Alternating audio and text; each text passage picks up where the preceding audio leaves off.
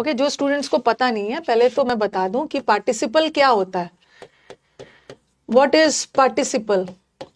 जब verb adjective का काम करने लगे, ध्यान से सुनो, छोटे में सुनो, उसके बाद सारा क्वेश्चंस बनेगा।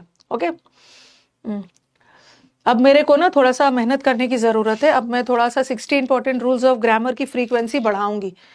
ओके, थोड़ा तेजी से करवाना होगा। पार्टिसिपल, जब वर्ब एडजेक्टिव का काम करने लग जाए उसको हम पार्टिसिपल बोलते हैं। ठीक है, जब मैंने आपको जिरेन पढ़ाया था, जिरेन में क्या पढ़ाया था? जब वर्ब नाउन का काम करने लग जाए तो उसको जिरेन बोलते हैं। जब वर्ब नाउन का काम करने लग जाए उसको भी हम इन्फिनेटिव भी बोलते हैं। और इन्फिनेटिव और जिरेन में आपको डिफरेंस भी बता दिया। जब वर्ब हमारे वाक्य में, वर्ब जब एडजेक्टिव का काम करने लग जाए उसको हम पार्टिसिपल बोलते हैं। और कई जगह पे पार्टिसिपल का नाम दिया होता है verbal adjective. Verbal adjective, participle को वर्बल एडजेक्टिव क्यों बोलते हैं? क्योंकि पार्टिसिपल होता तो वर्ब है बट काम करता है वाक्य में एडजेक्टिव का। अब आप बोलोगे हाँ, अब आप बोलोगे मैम ही इज गुड, तो या ही इज स्मार्ट। अब बोलोगे कि मैम ये भी तो एडजेक्टिव है, स्मार्ट भी तो एडजेक्टिव है और गुड भी तो एडजेक्टिव है, लेकिन ये पार्टिसिपल नहीं है। ये पार्टिसिपल क्यों नहीं है? क्योंकि पार्टिसिपल होने के लिए सबसे पहले उसको वर्ब होना होगा ना, तब जाके एडजेक्टिव का काम करेगा। बट ये तो असली वाला प्योर वाला एडजेक्टिव है। पार्टिसिपल में तो मिलावट है तो वो एडजेक्टिव बट काम है, तो वो वर्ब बट काम करता है एडजेक्टिव का। Okay, so all these are pure adjectives. They are not participle. For a word to act as a participle, first it should exist in a verb form and then act as an adjective. जैसे मैंने लिखा, the book is interesting. ठीक है, the book is in, book बहुत interesting है। तो सबसे पहले आईएनजी वाले वर्ड क्या होते हैं? कोई भी वर्ड का आईएनजी बन गया इसका मतलब है वो वर्ब है, वो वर्ब है। एंड वो किसकी विशेषता बता रहा है? Which word is it describing? It is describing the noun book. So book is a noun and the words describing nouns and pronouns are adjective. तो first of all it is existing in verb form, ing form, and it is describing this noun book. Noun की विशेषता बता रहा है, so this is an adjective. और जब verb adjective का काम करने लगे तो that is known as a participle. Okay, participle है। अगर मैं सिंपली ऐसा लिखती, the book is good, okay, तो मैं गुड को पार्टिसिपल नहीं मानती, बिकॉज गुड वर्ब है ही नहीं। ओके, सबसे पहले पार्टिसिपल होने के लिए तो उसको वर्ब में होना होगा ना, तब एडजेक्टिव का काम करेगा। ये तो असली वाला एडजेक्टिव है। ओके, हाँ, तो बता दिया कि पार्टिसिपल होता क्या है। जब वर्ब एडजेक्टिव का काम करने लगे तो हम उसको पार्टिसिपल बोलते हैं।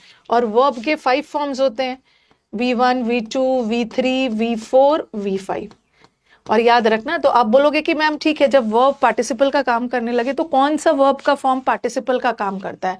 वर्ब का 3rd फॉर्म और 4th फॉर्म पार्टिसिपल का काम करता है।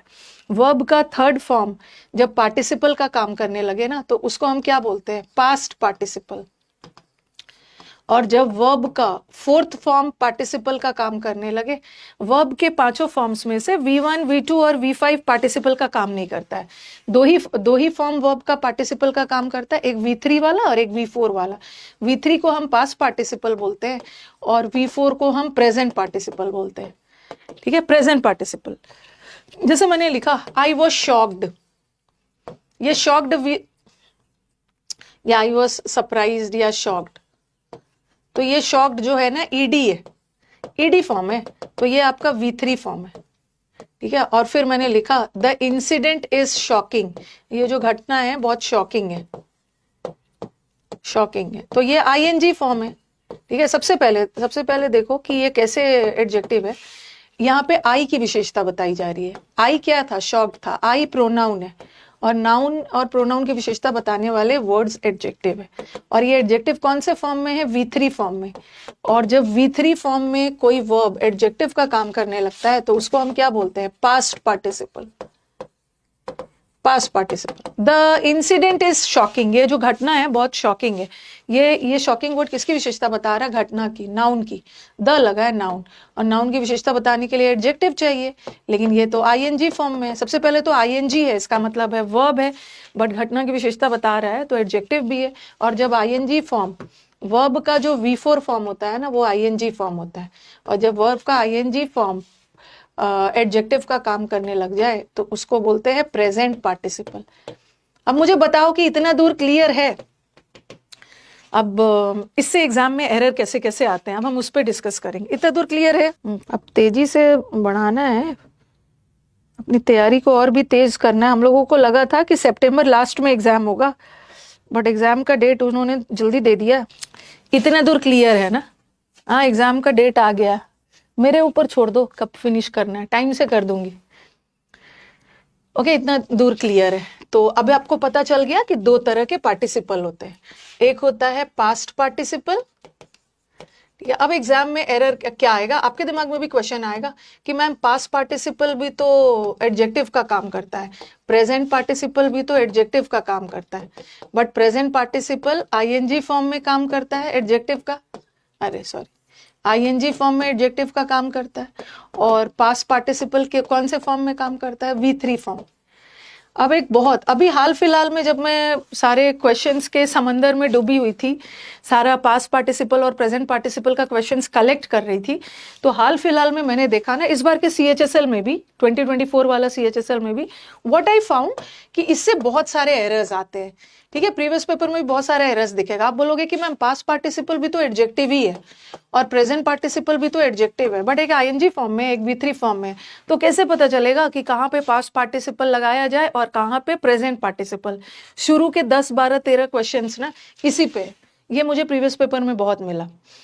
ठीक है, तो कैसे पता चलेगा कहाँ पास्ट पार्टिसिपल लगाओगे और कहाँ प्रेजेंट पार्टिसिपल? ध्यान से सुनोगे, जहां पे हम किसी इमोशंस वगैरह को बता रहे हैं, ठीक है, इमोशंस वगैरह बता रहे हैं, फीलिंग्स वगैरह बता रहे हैं, हाँ, तो वहां पे क्या लगाना, पास्ट पार्टिसिपल। और जहां इमोशंस फीलिंग्स वगैरह नहीं, मतलब बता रही हूँ, दो चीज बता रही हूँ, दो क्राइटेरिया है कि कैसे पता चलेगा कि कहाँ पे पास्ट पार्टिसिपल लगाएंगे और कहाँ पे प्रेजेंट पार्टिसिपल। एक तो जहाँ पे इमोशंस फीलिंग्स बता रहे हैं वहां पे पास्ट पार्टिसिपल लगाना, और जहाँ पे इमोशंस फीलिंग्स नहीं बता रहे हैं प्रेजेंट पार्टिसिपल लगाना। और पास्ट पार्टिसिपल में क्या होता है ना कि वो एक्टिविटी कंप्लीट हो चुका होता है, और यहाँ पे इनकम्प्लीट है, बता रही इनकम्प्लीट है। ठीक है, इनकम्प्लीट है, थोड़ा सा यहाँ पे बता दे रही हूँ। जैसे मैंने लिखा the book is interested,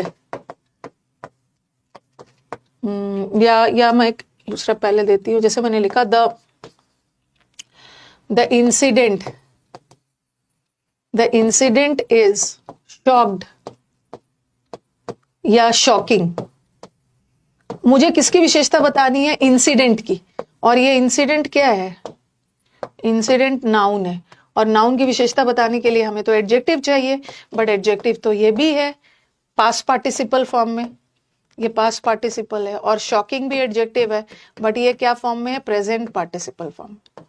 ठीक है, फिर मैंने लिखा दूसरा वाला द स्टूडेंट्स, इसमें मैं बहुत सारे क्वेश्चंस करवाऊंगी, वो वर शॉकिंग या शॉक्ड। तो पहला वाला सेंटेंस देखो, द इंसिडेंट तो नॉन लिविंग थिंग है ना, और नॉन लिविंग थिंग के अंदर इमोशंस थोड़ी होता है, और जहां पे इमोशंस वगैरह का सेंस नहीं आया ना, इमोशंस तो हम के लिए पास्ट पार्टिसिपल लगाते हैं, बट ये घटना बड़ा शॉकिंग था, कहाँ यहाँ पे कोई इमोशंस वगैरह नहीं है तो शॉकिंग लगाओ। बट स्टूडेंट्स हमारे शॉक्ड थे, स्टूडेंट्स तो लिविंग थिंग है, स्टूडेंट्स के अंदर शॉक वाली फीलिंग थी, तो वहां पे क्या लगाओगे, अभी थोड़ा सा बता दे रही शॉक। ठीक है, कहाँ प्रेजेंट पार्टिसिपल लगाते हैं, कहाँ पे पास्ट पार्टिसिपल लगाते हैं। ओके ओके, जैसे मैंने लिख दिया, लिख ही लिया होगा इसको। जैसे मैंने लिखा द मूवी वॉज अम्यूजिंग, बहुत अम्यूजिंग था, एंटरटेनमेंट भरा मूवी था, या अम्यूज्ड। और फिर लिखा मैंने, ये वाला क्वेश्चन इस बार CHSL के लिए में आया था, आई वॉज वेरी अम्यूजिंग या अम्यूज्ड।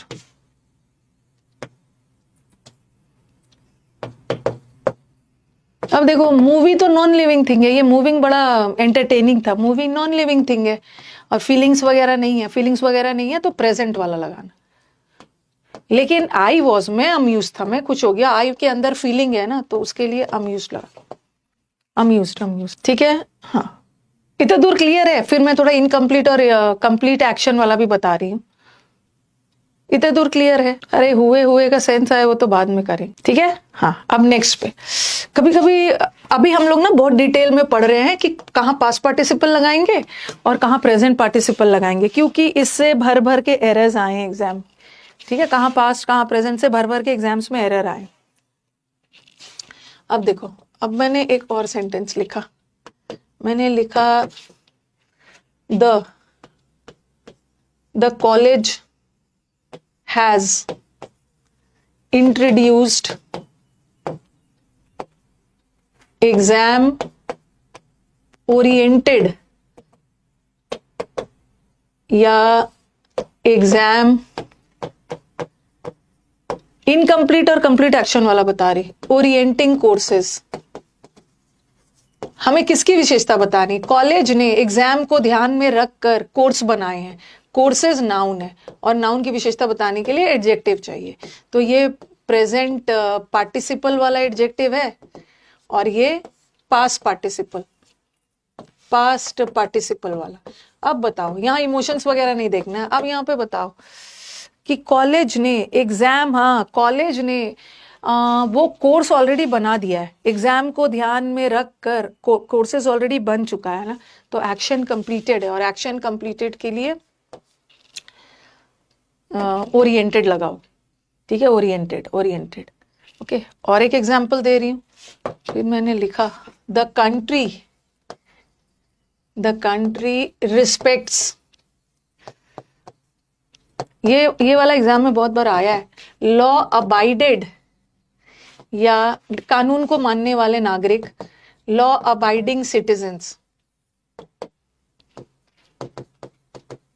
बताओ क्या होगा यहाँ पर?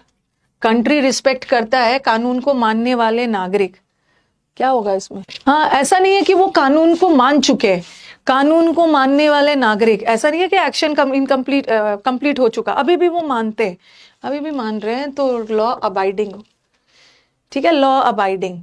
एक ऐसा भी क्वेश्चन आता है, एवर ग्रोइंग पॉपुलेशन, लगातार बढ़ता, एवर ग्रोन पॉपुलेशन नहीं होगा, लगातार बढ़ता हुआ पॉपुलेशन, मतलब पॉपुलेशन अभी भी बढ़ रहा है, कंप्लीट नहीं हुआ है, तो एवर ग्रोइंग, ठीक है।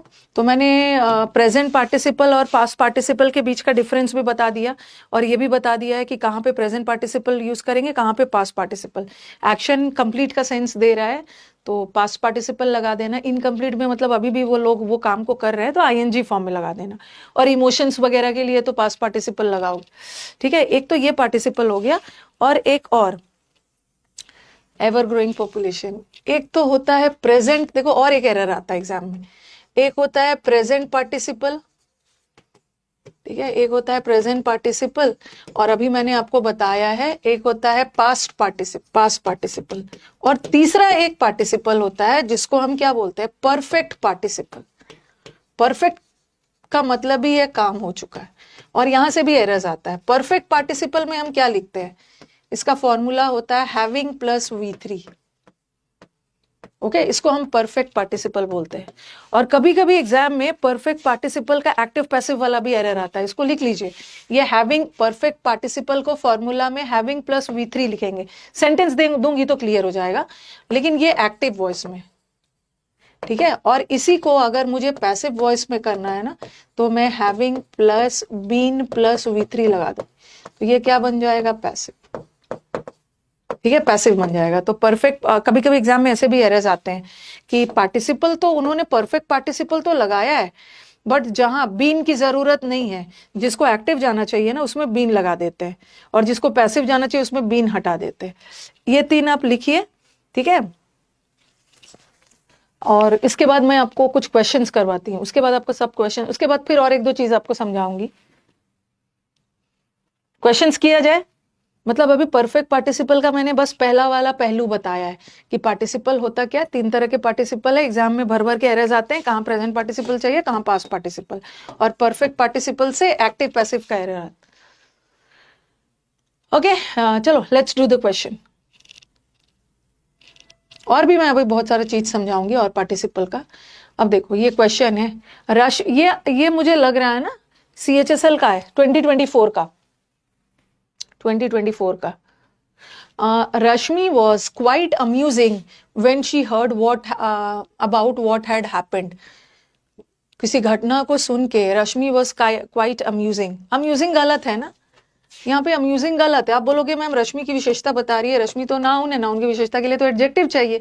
बट रश्मि एक लिविंग थिंग है और लिविंग थिंग के अंदर फीलिंग्स होती है, और फीलिंग्स के लिए ना हम प्रेजेंट पार्टिसिपल को यूज ना करके past participle. Rashmi was surprised, Rashmi was shocked, Rashmi was amused, Rashmi was interested in doing the work. Interesting नहीं है, बुक इंटरेस्टिंग हो सकता है,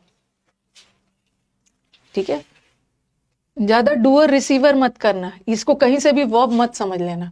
मैम इज एम आर के बाद तो थर्ड फॉर्म आ गया है तो सेंटेंस पैसिव जाना चाहिए ना, कहाँ से ये पैसिव चला जाएगा। कभी कभी सेंटेंस में इज एम आर के बाद जो थर्ड फॉर्म आता है वो वर्ब नहीं होता है, वो एडजेक्टिव होता है।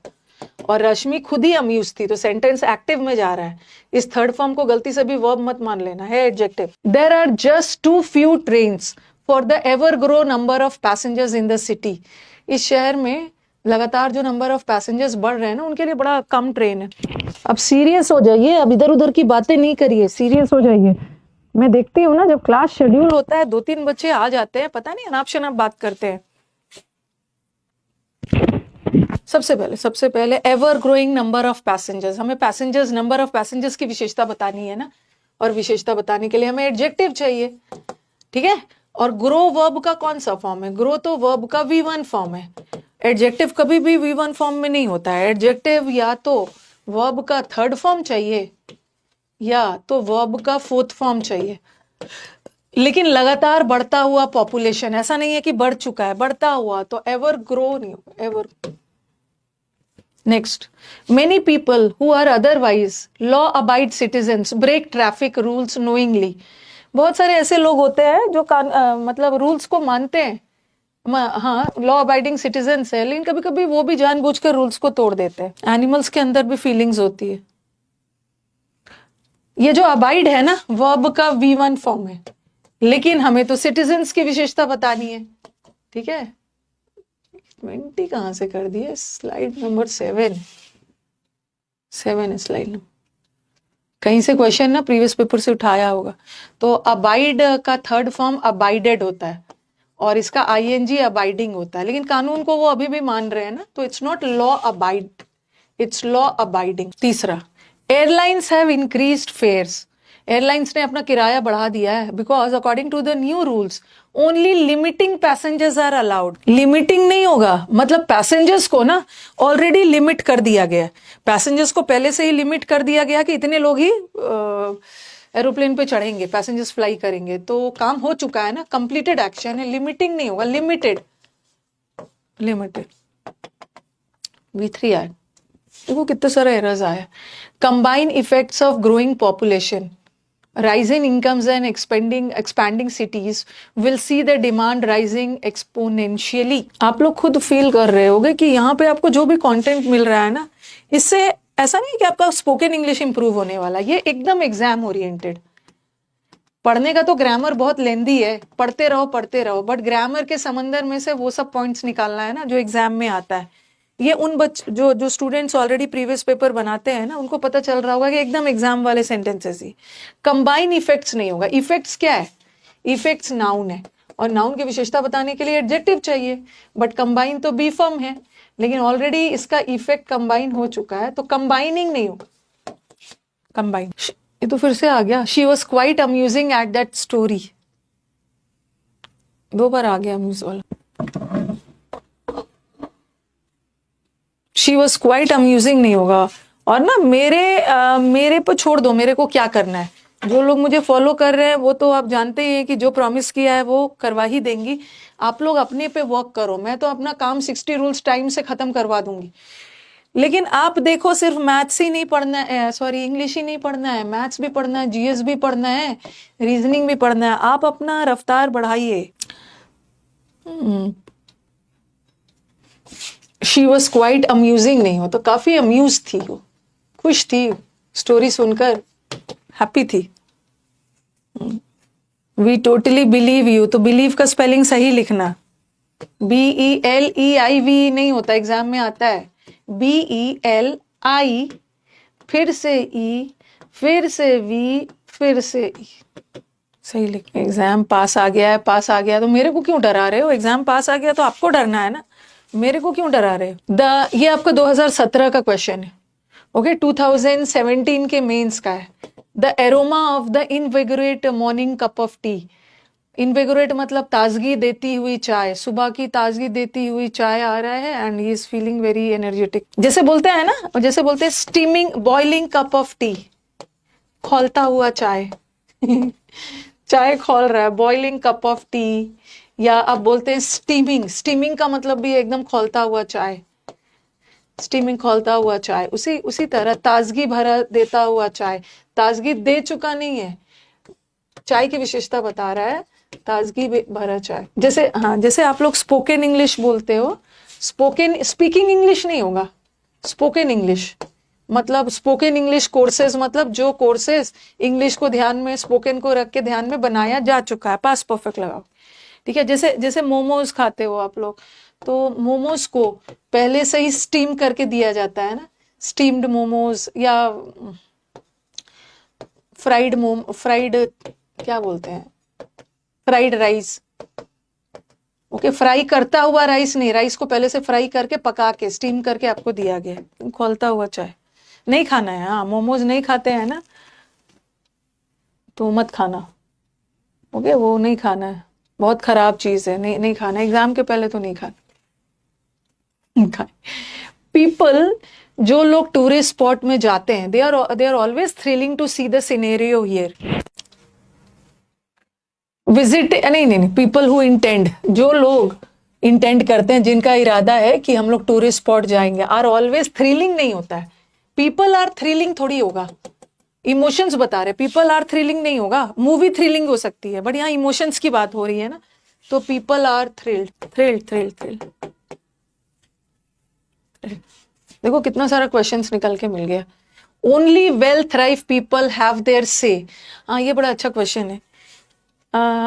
ये क्वेश्चन जब आपके पास आएगा ना, आप क्या करोगे कि मैम हैव के साथ तो वर्ब का थर्ड फॉर्म लगता है, सेड लगा दो, और अपना नंबर भी +1 +2 जोड़ दोगे।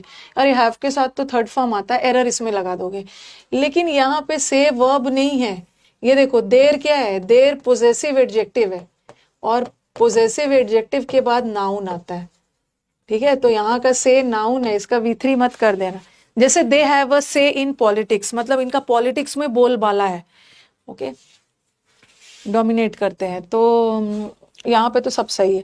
अब देखो, जो लोग वेल थ्राइविंग होते हैं, फूलने फलने वाले लोग, जो प्रॉस्परस रिच लोग ही पॉलिटिक्स में दबदबा है उनका, तो ये नाउन है। नाउन की विशेषता बताने के लिए एडजेक्टिव चाहिए ना, बट थ्राइव तो ना ING है ना V3 है। फूलने फलने वाले लोग, रिच लोग, फूल फल चुके नहीं है, वेल थ्राइविंग पीपल, थ्राइव्ड नहीं होगा। जो लोग रिच हैं, प्रॉस्पर कर रहे हैं, वही लोग पॉलिटिक्स में हिस्सा लेते हैं। She tried to console the frightening child, उसने डरे हुए बच्चे को कंसोल करने की कोशिश की, बट फेल हो गई। थ्राइव्ड नहीं होगा, वेल थ्राइविंग, फूलने फलने वाले। फ्राइटनिंग चाइल्ड नहीं होता, डरा हुआ बच्चा, बच्चे के अंदर इमोशन है, डरा हुआ है, तो V3 लगाना है, फ्राइटेंड चाइल्ड, फ्राइटेंड। नेक्स्ट, चलो बताओ। डॉक्टर्स का कहना है कि जो लोग रेड मीट खाते हैं, red meat is one of the lead cause of heart disease. सबसे पहले कॉज क्या है यहाँ पे कॉज नाउन है, कारण। वैसे कॉज वर्ब भी होता है, यहाँ का वर्ब ये है, एक तो से वर्ब है, रेड मीट, और ये वर्ब है वन ऑफ, ठीक है। वन ऑफ के यहाँ पे बहुत सारे एरर है। वन ऑफ के साथ नाउन तो प्लूरल आता है, तो सबसे पहले तो यही है, वन ऑफ कॉजेज होगा, ठीक है। यहाँ पे भर भर के एरर है, लेकिन सब एरर यहीं पे है। और कैसा कारण, लीडिंग कॉज का मतलब है मेन कॉज। कॉज नाउन है, और नाउन की विशेषता बताने के लिए एडजेक्टिव चाहिए ना, तो अभी भी ये मीट हार्ट डिजीज का कारण है, तो यहाँ पे लीडिंग भी लगाओगे, और वन ऑफ के साथ नाउन प्लूरल भी लगाओगे, और यहाँ पे नहीं लगेगा, द कोई खास कॉज बता रहा है ना, वन ऑफ मतलब मेन कारण हार्ट डिजीज का क्या है, ईटिंग रेड मीट, ठीक है, तो द भी लगाओ, द बार बार कह रहे हो, one of a leading causes नहीं है, द वन ऑफ के बाद जो भी नाउन प्रोनाउन आएगा ना, वन ऑफ के बाद किसी खास के बारे में बोल रहे हैं ना, तो अ नहीं लगाओ। जैसे ऐसे थोड़ी बोलोगे one of a boy, one of boys, गलत है, वन ऑफ द बॉयज, किसी खास के बारे में बता रहे हैं। हाँ, ये भी मुझे लग रहा है ना, ये भी मुझे लग रहा है कि आपका 2017 या 18 के पेपर का है। The telecom sector is the backbone to the digital India vision and it deserves, telecom sector deserve करता है कि उसको एक regulatory environment मिले। तो environment तो noun है और noun की विशेषता बताने के लिए हमें adjective चाहिए। verb का थर्ड फॉर्म adjective का काम करता है या तो verb का फोर्थ फॉर्म, बट जो unable है ना, ये तो V1 है, ये तो हमारे ऑप्शन से ही हट गया, ठीक है। और एबल नहीं होगा, अनेबल, देखो अनेबल का मतलब होता है ना कोई भी चीज को सुविधाजनक आसानी से होने देना, और योग्य आपकी क्षमता बताता है, योग्य आपकी एबिलिटी या कैपेसिटी बताता है। तो यहाँ ये सेंस नहीं आ रहा है, किसी पर्सन के लिए हम एबल है, एबल है मतलब उसके अंदर ये क्षमता है, कैपेसिटी है, बट हम किसी पर्सन की बात नहीं कर रहे हैं ना, टेलीकॉम सेक्टर की बात कर रहे हैं, तो कुछ के दिमाग में एबल भी आए, ये भी नहीं होगा। अब देखो अनेबल्ड V3 है, पास्ट पार्टिसिपल है, एनवायरमेंट की विशेषता बता रहा है, पास्ट पार्टिसिपल है, और ये क्या है, प्रेजेंट पार्टिसिपल है। अब ये क्वेश्चन थोड़ा सा कंफ्यूज करने वाला है, देखो क्या होगा, हाँ अनेबलिंग होगा, क्योंकि डिजर्व्स, अभी एक्शन कंप्लीट नहीं हुआ, इसको एक बहुत फैसिलिटेटिंग, बहुत अच्छा इन्वायरमेंट की जरूरत है, अभी काम खत्म नहीं हुआ, इसको चाहिए incomplete action. The biggest problem faced by all developing countries is the lack of training manpower. Developed countries भी होता है, जो country already develop हो चुका है, यहाँ पे past participle लगाएंगे, और जो countries develop हो रहा है अभी incomplete action है, उसके लिए हम present participle लगाएंगे, दोनों करेक्ट है। तो यहाँ पे डेवलपिंग कंट्रीज की बात हो रही है, हाँ गड़बड़ी कहाँ पे है, मैन पावर को पहले से ही ट्रेन किया जा चुका है, ट्रेनिंग मैन पावर नहीं होगा, ओके। मैन पावर नाउन है, नाउन की विशेषता के लिए ट्रेंड, मैन पावर को पहले से ट्रेन करके रख, हाँ ये तो बना लोगे। देखो कितने सारे क्वेश्चंस मैं एक ही टॉपिक पे लेके आई हूँ, एक ही रूल जो अभी तक आपको पढ़ाया है। The university has introduced exam Orient courses in the colleges, ये तो कर लो। सेशंस अच्छे लगे तो लाइक भी कर देना। ओरिएंटिंग नहीं है, एग्जाम को ध्यान में रखकर आपका ऑलरेडी कोर्स बन चुका है, ओरिएंटेड, ठीक है। और भी है, हाँ, a major thrust of the emerged technology is seen in the field of transporting fresh food.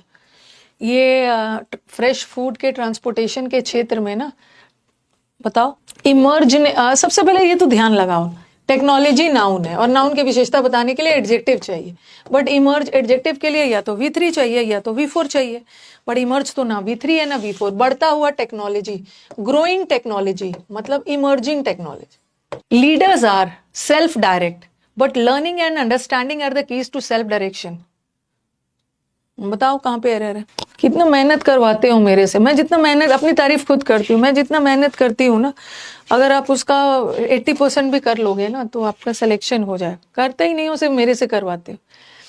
Leader self directed होते हैं, डायरेक्ट नहीं होते हैं, इमोशंस की बात हो रही है, सेल्फ डायरेक्टेड तो past participle, past participle.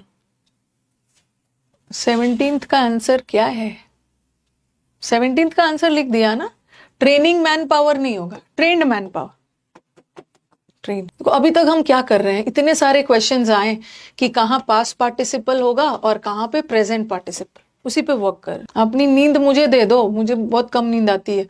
The policeman went away, policeman वहां से निकल गया, ओके, दिख तो रहा था कि वो कन्विंस था, but he did not feel safe at all. Policeman वहां से चला गया, देखने में तो कन्विंस लग रहा था, मतलब उसको लग रहा था कि वो सेटिस्फाइड है। पुलिसमैन वो कन्विंसिंग नहीं था ना, पुलिसमैन क्या होके गया, फीलिंग्स की बात हो रही है, कन्विंस वाली, कन्विंस्ड, हाँ। पहले मुझे बताओ कि इतना दूर क्लियर हो गया, इतने सारे क्वेश्चंस किए, अभी तक तो आपको क्लियर हो गया है ना, यही एरर आता है एग्जाम में, कहाँ पे प्रेजेंट पार्टिसिपल लगेगा, कहाँ पे पास्ट पार्टिसिपल लगेगा। क्लियर है? आगे बढ़े आप। अब हम चलो परफेक्ट पार्टिसिपल पे चलते हैं। इतना दूर तो क्लियर है, कहाँ प्रेजेंट लगाना, कहाँ पास्ट लगाना।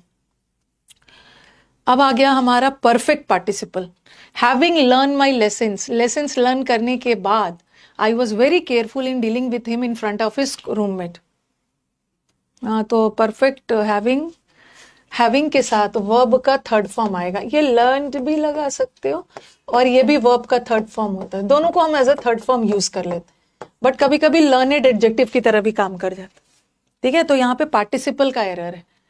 ओके, लेसन्स को लर्न करने के बाद और हैविंग के साथ वर्ब का थर्ड फॉर्म लगाना। आपको परफेक्ट पार्टिसिपल में बताया है ना, हैविंग के साथ V3 एक्टिव वॉइस में, क्योंकि लेसन तो वो खुद लर्न कर रहा है। ठीक है, और पैसिव में ऐसा आता है having plus been plus V3। ठीक है, कभी कभी एग्जाम में ऐसा भी कर देंगे, ऐसा लगा देते having been learned the lesson. अब ये गलत है। अब आपके दिमाग में आएगा कि मैम हैविंग के साथ तो V3 लगता ही है, V3 लगाया ही है, लेकिन ये सेंटेंस गलत है। लेसन को लर्न करने के बाद, ओके, तो किसी व्यक्ति ने लेसन को लर्न किया है ना, तो इसको पैसिव नहीं जाना चाहिए। सॉरी, बीन हटा देना। ठीक है, एक्टिव पैसिव वाला भी थोड़ा रखना। Next, after having working for 4 years in a private firm, Sonal started preparing for various bank entrance exam. After having working नहीं होगा, हैविंग के साथ V3 और सेंटेंस एक्टिव ही रखेंगे क्योंकि व्यक्ति ने खुद ही काम किया है बैंक में। फिर इसका भी क्वेश्चन है, हैविंग पे हर एडमिशन फी, अपने एडमिशन फी को पे करने के बाद Mili was excited to attend the classes. Having के साथ वर्ब का थर्ड फॉर्म। एक ये वाला एरर भी भर भर के मिला exam. Third, she rose having sleep peacefully, clothed out of fear that a demon would attack her in her sleep. उसको डर लग रहा था कि स्लीप में उसको राक्षस अटैक करेगा, डेमन। इतना पीटूंगी ना, जो पेड कर रहा है, ये पेड का स्पेलिंग होता है, ये होगा। हैविंग स्लीप नहीं होगा, हैविंग के साथ वर्ब का third form slept. Next, having been finished his homework, अपना होमवर्क खत्म करने के बाद सोनू चला गया अपने दोस्तों के साथ खेलने। अब बताओ यहाँ पे क्या एरर है। हाँ, मैंने पेड वाले बच्चों को टारगेट दिया था। आज कौन सा डेट है? 8th है ना, आज 8th है, नहीं 9th है, आज 9th है ना। समुद्र मंथन वाले बच्चों को मैंने टाइम दिया था, आज तो 9th हो गया है, कि 10 तारीख तक मेरे को समुद्र मंथन का बैच कंप्लीट चाहिए, लेकिन बच्चों ने ग्रेस पीरियड मांगा है, 15 तक दे दीजिए, उसके बाद टेस्ट शुरू करेंगे। यहाँ पे चलो हैविंग के साथ तो V3 लगाया है, ओके, V3 लगाया है, बट एरर कुछ और है। यहाँ पे सेंटेंस को परफेक्ट का पैसिव जा रहा है ना, having plus been plus V3 लगा के, पैसिव नहीं जाना चाहिए। होमवर्क तो उस व्यक्ति ने खुद किया, तो इसको एक्टिव ले जाओ, और एक्टिव लगाने के लिए इसमें से बीन हटा दो। हैविंग फिनिश, बीन नहीं होगा, तो थोड़ा एक्टिव पैसिव का भी एरर चाहिए। हाँ, इतना दूर तो मैंने आपको बता दिया है। अभी जो मैंने जितना पढ़ाया उसी पे बेस्ड आपको 23-24 सेंटेंसेस जो भी करवाया है। ओके, देखो एक ऐसा टाइप का क्वेश्चन भी आता है, ये मुझे लग रहा है पिछले साल भी आया है, और ये उसके पहले साल मैंने मतलब बहुत सा बार प्रीवियस पेपर में मुझे ये सेंटेंस देखने को मिला है। Okay, Akshay Kumar being a good actor he is presented with the national award. एक पार्टिसिपल का ना वो भी एरर आता है। चलो एक मिनट, यहाँ पे मुझे थोड़ा सा समझाना है। 2 क्लास और बाकी है समुद्र मंथन में। हाँ, तो कर लीजिए, बहुत अच्छी बात है। एक देखो, ये मुझे थोड़ा सा समझाना था। पार्टिसिपल के साथ हमेशा एक सब्जेक्ट चाहिए। देखो मैंने लिखा it was a cold day, he took an umbrella. इस सेंटेंस में 2 चीजों का जिक्र है। एक तो दिन का कोल्ड, नहीं it was a cold day नहीं लिखो, कोल्ड डे नहीं लिखो, रेनी डे लिखो। बारिश वाला दिन था तो उसने अम्ब्रेला लिया। ठीक है, उसने अम्ब्रेला लिया। ये सेंटेंस में इट किसके लिए लगा है? रेनी डे के लिए। डे के लिए इट लगा है, और जिसने अम्ब्रेला लिया ना उसके लिए ही लगा है। तो दो अलग अलग काम हो रहा है, एक तो दिन का रेनी होना और दूसरा अम्ब्रेला लेना। अब मैं दोनों सेंटेंस को एक साथ जोड़ती हूँ, being a rainy day, being a rainy day, चूंकि उस दिन रेनी था तो ही ने अम्ब्रेला लिया। देखो अब ये सेंटेंस रॉन्ग है, पार्टिसिपल का ऐसा वाला एरर भी आता है। ओके, सब्जेक्ट चाहिए। इस सेंटेंस में दो काम हो रहा है ना। देखो अभी ये सेंटेंस रॉन्ग है इसलिए क्योंकि ऐसा लग रहा है ना ही मैंने कॉमन ले लिया, मैंने ही को कॉमन ले लिया। मैं कॉमन तब लेती ना जब दोनों बातें एक ही व्यक्ति के लिए होता। जैसे मैंने लिखा being ill he couldn't do the work, मैंने ही को कॉमन ले लिया क्योंकि दोनों बातें ही के लिए बोली जा रही है। ही बीमार था और ही काम को नहीं कर पाया, तो दोनों बातें ही के लिए बोली जा रही है तो एक ही कॉमन ले सकते हैं। बट ही बीमार था और ही ने काम नहीं किया, बट यहाँ मैं कॉमन नहीं ले सकती हूँ क्योंकि रेनी डे के लिए मैं ही थोड़ी लगा सकती हूँ। अभी सेंटेंस का मतलब क्या जा रहा है, चूंकि ही रेनी डे था इसलिए ही ने अम्ब्रेला लिया। ही रेनी डे थोड़ी था, अम्ब्रेला ही ने लिया, बट रेनी तो वो दिन था, तो यहाँ अलग इट लगाएंगे। तो we will take two different subjects, okay, on the condition when we speak about two different things. यहाँ दिन का रेनी होना उसके लिए इट लगाना है और ही ने अम्ब्रेला लिया। अगर मैं इट नहीं लगाती ना तो सेंटेंस का सेंस जाता है ही रेनी डे था और ही ने अम्ब्रेला लिया, बट यहाँ ही बीमार थे और ही ने ही लिया। ओके तो यहाँ पे देखो, यहाँ पे ऐसा वाला सेंटेंस आपको मिलेगा, Akshay Kumar being a good actor, Akshay Kumar चूंकि एक अच्छे एक्टर है। तो देखो दोनों बातें अक्षय कुमार के लिए बोली जा रही है। ओके, दोनों बातें उन्हीं के लिए बोली जा रही है, तो दो बार ही लगाने की मतलब यहाँ पे ऑलरेडी नाउन लग गया है, ठीक है, नाउन लग गया है, तो फिर से दोनों बातें उसी के लिए बोली जा रही है। ही गुड एक्टर है और ही कोई, तो यहाँ से ही हटा। Akshay Kumar being a good actor is presented with the national award. अब कुछ बच्चों के दिमाग में ये भी आ गया, मैम ऐसा भी तो कर सकते हैं कि अक्षय कुमार को ही हटा देते हैं, ऐसा करते हैं being a good actor he is presented with the national award. देखो जब नाउन और प्रोनाउन आ गया तो हम नाउन को नहीं हटा सकते हैं, ठीक है। नाउन को कैसे हटा दोगे, प्रोनाउन, क्योंकि हमने ही में तो कोई भी हो सकता है, बट हमें तो अक्षय कुमार के बारे में बताना है। नाउन के बदले ही तो प्रोनाउन आता है, और दोनों बातें जब एक ही के लिए बोली जा रही है तो हम अपना नाउन को रखेंगे, ठीक है, प्रोनाउन हटा देंगे, इसको हटा देंगे। अगर मैं अक्षय कुमार हटा देती हूँ तो ही पता नहीं किसी के लिए होगा, बट यहाँ आपको स्पेसिफाई करना अक्षय कुमार के लिए बोला है। पता कैसे चलेगा कि अक्षय कुमार को ही बोला है। यहाँ तो ही में हमारे स्टूडेंट भी हो सकते हैं, संजीव कुमार, आनंद, देव सिंह, इसमें से कोई भी नेशनल अवार्ड वाला हो सकता है। The goldsmith poured the melted gold in another container, पिघला हुआ गोल्ड को दूसरे कंटेनर में डाल दिया। मेल्टेड नहीं होगा, मेल्टेड एडजेक्टिव होता है, गोल्ड नाउन है, और नाउन की विशेषता बताने के लिए एडजेक्टिव चाहिए। आपको याद होगा जब मैंने आपको वर्ब चैप्टर पढ़ाया था, कुछ ऐसे वर्ब्स होते हैं जिसका थर्ड फॉर्म होता है, मेल्टेड वर्ब है और हमें तो एडजेक्टिव चाहिए, तो मॉल्टेन, मॉल्टेन इज पिघला हुआ। आई विजिटेड, हाँ एक तो और चीज बताना था, चलो पार्टिसिपल का, एक तो हमने पार्टिसिपल में प्रेजेंट और पास्ट वाला पढ़ा, फिर हमने पढ़ा कहाँ लगेगा प्रेजेंट, कहाँ लगेगा पास्ट, फिर परफेक्ट पढ़ा। एक चीज आपको मैंने जीरेंड में भी पढ़ाया था, ये भी पार्टिसिपल में लिख लो आप, कि जीरेंड के साथ अगर कोई भी नाउन प्रोनाउन आता है तो वो क्या होता है, पोजेसिव केस। ये मैंने जीरेंड चैप्टर में पढ़ाया है। ओके, उसी तरह पार्टिसिपल के साथ और खास करके प्रेजेंट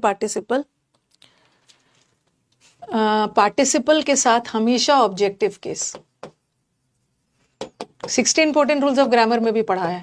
जीरेंड के साथ पोजेसिव केस और पार्टिसिपल के साथ ऑब्जेक्टिव केस, क्योंकि जीरेंड नाउन होता है ना, और नाउन का पोजेशन बनाते हैं। अब आप बोलोगे कि मैम जीरेंड भी तो आईएनजी फॉर्म में होता है, और ठीक है पास्ट पार्टिसिपल तो V3 फॉर्म में होता है, बट जो प्रेजेंट पार्टिसिपल है वो भी तो आईएनजी फॉर्म में होता है, ठीक है। पास्ट का तो छोड़ दो, पास्ट तो V3 फॉर्म में होता है, प्रेजेंट पार्टिसिपल भी आईएनजी फॉर्म में होता है, और जीरेंड भी आईएनजी फॉर्म में होता है। तो कैसे पता चलेगा कि कहाँ का आईएनजी जीरेंड है और कहाँ का आईएनजी पार्टिसिपल है। ओके, कहाँ का आईएनजी ये नहीं पढ़ा है ना, तो पढ़ा देती हूँ। कहाँ का आईएनजी प्रेजेंट पार्टिसिपल है और कहाँ का, कंफ्यूजन आ सकता है ना कि जीरेंड भी आईएनजी फॉर्म होता है। इसका तो मैंने हिंदी में बहुत अच्छा टेक्निक बताया। जीरेंड भी आईएनजी होता है, पास्ट पार्टिसिपल आईएनजी नहीं होता है, बट प्रेजेंट पार्टिसिपल तो आईएनजी होता है। और अभी तो मैम आप बता रहे हो कि जीरेंड के साथ पोसेसिव लगाना और प्रेजेंट पार्टिसिपल के साथ ऑब्जेक्टिव केस लगाना। पहले तो पता चलना चाहिए ना कि कहाँ का आईएनजी प्रेजेंट पार्टिसिपल है और कहाँ का आईएनजी पास्ट पार्टिसिपल है। अब हमारे स्टूडेंट्स बताएंगे। हाँ, हुए का सेंस जाए। देखो, थोड़ा सा हिंदी कर लेते हैं हम लोग कि जहां भी मैंने उसको भागते हुए देखा, मैंने उसको सोते हुए देखा, मैंने उसको पढ़ते हुए देखा, मैंने भागते हुए देखा, खेलते हुए देखा, तो खेलते हुए, भागते हुए, पढ़ते हुए, सोते हुए, वो सब उस व्यक्ति की विशेषता बता रहे हैं ना। तो जहां हुए का सेंस आए तो वो पार्टिसिपल है और उसके पहले ऑब्जेक्टिव लगाए। और जहां ना का सेंस आए, उसका खेलना, उसका सोना, उसका पढ़ना, उसका देर रात बाहर रहना, तो वहां पे ना का सेंस आए तो वहां पे जीरेंड। ठीक है, अभी सेंटेंस को देखते हैं। I visited my grandma's and grandpa's house and found dash missing.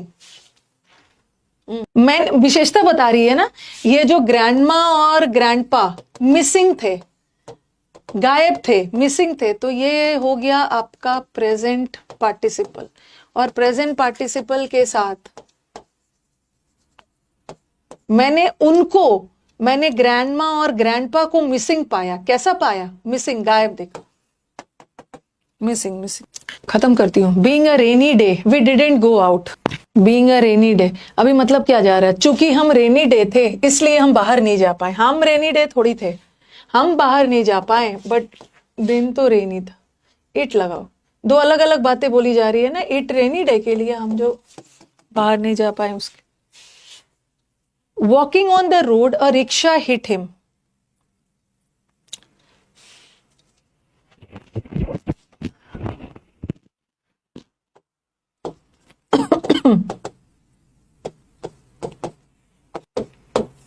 इसको मैं पैसिव बना रही, rickshaw.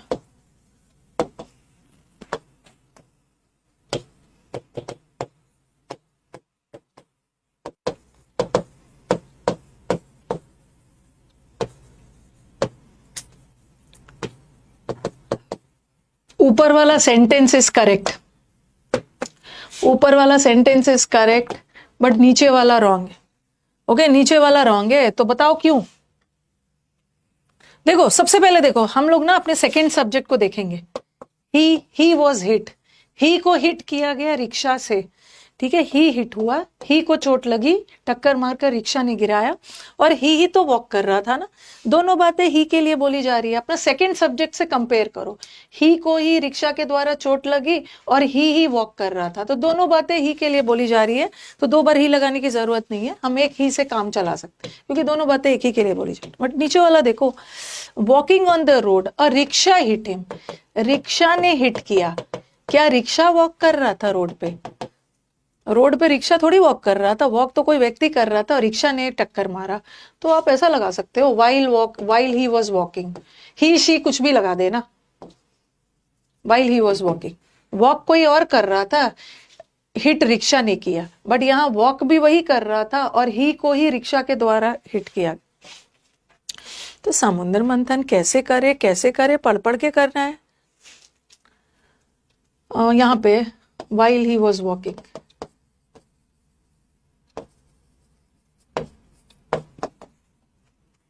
We are interested in purchasing new machine since it has many features unavailable in conventional washing machines. इसके अलावा ना ढूंढते रह जाओगे, पार्टिसिपल का कोई दूसरा एरर नहीं आएगा। इतना ही करके चले जाओ, काम हो जाएगा। एक तो पता नहीं क्यों गुस्सा है और किससे गुस्सा है। सेशंस को लाइक भी करना है। वी आर इंटरेस्टिंग नहीं है, we are interesting. Movie interesting हो सकता है, बट आपके अंदर इंटरेस्ट वाली फीलिंग जागी है इंग्लिश के प्रति, तो फीलिंग के लिए तो पास्ट पार्टिसिपल लगाओगे। Students are interested in joining the classes. हाँ, बहुत अच्छा क्वेश्चन है। I was got defeated by my best friend. मेरे को अपने बेस्ट फ्रेंड के द्वारा डिफीट किया गया online typing speed test steno वाले में।